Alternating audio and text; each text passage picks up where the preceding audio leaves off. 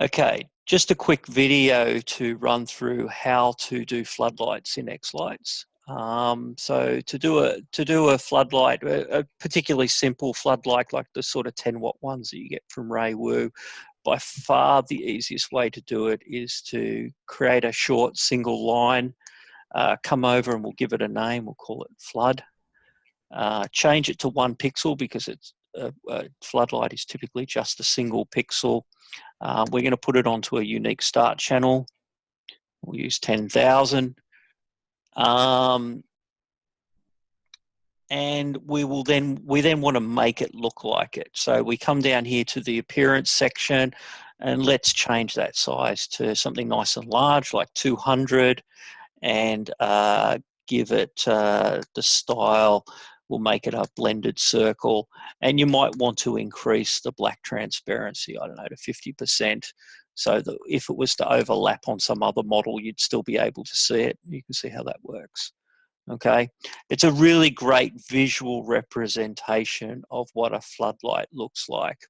Now, the other type of floodlight that you may have is a DMX type floodlight where there's a few extra channels that represent the floodlight. And so here I can use one of the moving head bars, which represents the various channels of the DMX as colored bars. And here, let's imagine I've got 5 channels, and we'll make the red channel actually channel 2, the green channel channel 3, and the blue channel channel 4. And if I come down to the strand and node names, we'll go in there, and let's imagine that channel 1's actually the fade. I've already said that this is the red, the green, the blue, and I don't know, let's imagine the 5th one is a strobe on our DMX. And so that's how you would set up a 5 channel floodlight in DMX so that you have full control over it. I'm going to set that start channel, I don't know, let's make that 11,000, nice and high. Now, the problem with that, of course, is it actually doesn't look like a floodlight at all. So I'm going to copy and paste one of these floodlights. And so I can see this floodlight looking like a real floodlight.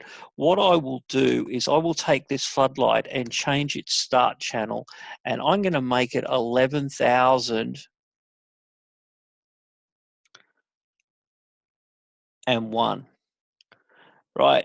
Which will map to the red, green, and blue channels within this 5-channel model here. So it's effectively a shadow model of the color channels of this particular model. I could then take this model and throw it onto the unassigned preview so it didn't clutter up my house display, and I would be able to see this floodlight like this. So what's it look like when you go and sequence it? Well, there's a couple of tricky things in here. So we'll go and we'll create a new sequence, and here they all are. To see my DMX flood, if I double click here, I can see that I can actually see the various names of those nodes that I put in. For our regular flood, if I come up here and I do the color wash, my flood, sorry, wrong flood. I meant to put it down onto this flood. Quick render all.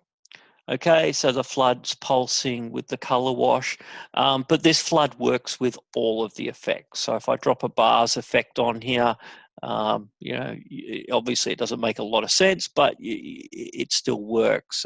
Butterfly is going to show up red because it's mapping the bottom left-hand pixel of butterfly. It always happens to be red. So that floodlight works exactly as you would expect it to. This other flood, the DMX flood, doesn't always work as you would expect it to. Now, if I throw a color wash onto this DMX flood here, it does. So we can see the flood with the simulated flood that we created, and on the DMX flood, you can see the color bar showing the proportions of red, green, and blue on the model. So that is exactly what you'd expect. And if I was to move that effect up onto the DMX flood and re-render, it makes no difference. It does exactly the same thing, which is exactly what you'd expect it to do because it's effectively mapped to the same channels. But if you were to drop a bars effect onto that DMX flood, you don't really get what you would expect. It doesn't behave. You don't get it just highlighting the color channels, and that's because things like the color wash and the on effect are actually aware of the DMX control and therefore inherit some special behaviors. And the other effects like butterfly and bars and the like, they really don't understand the DMX control and therefore can't work. However, if you were to drop them on that shadow model for those RGB channels, then uh, it starts to work exactly as you would expect it to. All right, so it's just something to be wary of when you're modeling a flood using the DMX control, that just dropping those effects onto that DMX effect, onto that DMX model itself, doesn't always give you what you expect unless you're using some of the simpler effects like color wash and on. Something to be wary of. If you want to take advantage of those special functions like strobe and the like, just drop an on effect, typically with white, onto that strobe line or onto the fade line, and you will get the behavior that you expect, that special behavior out of that DMX. So hopefully that gets you a feel for how to model and to use floodlights in Xlights. Thanks, guys.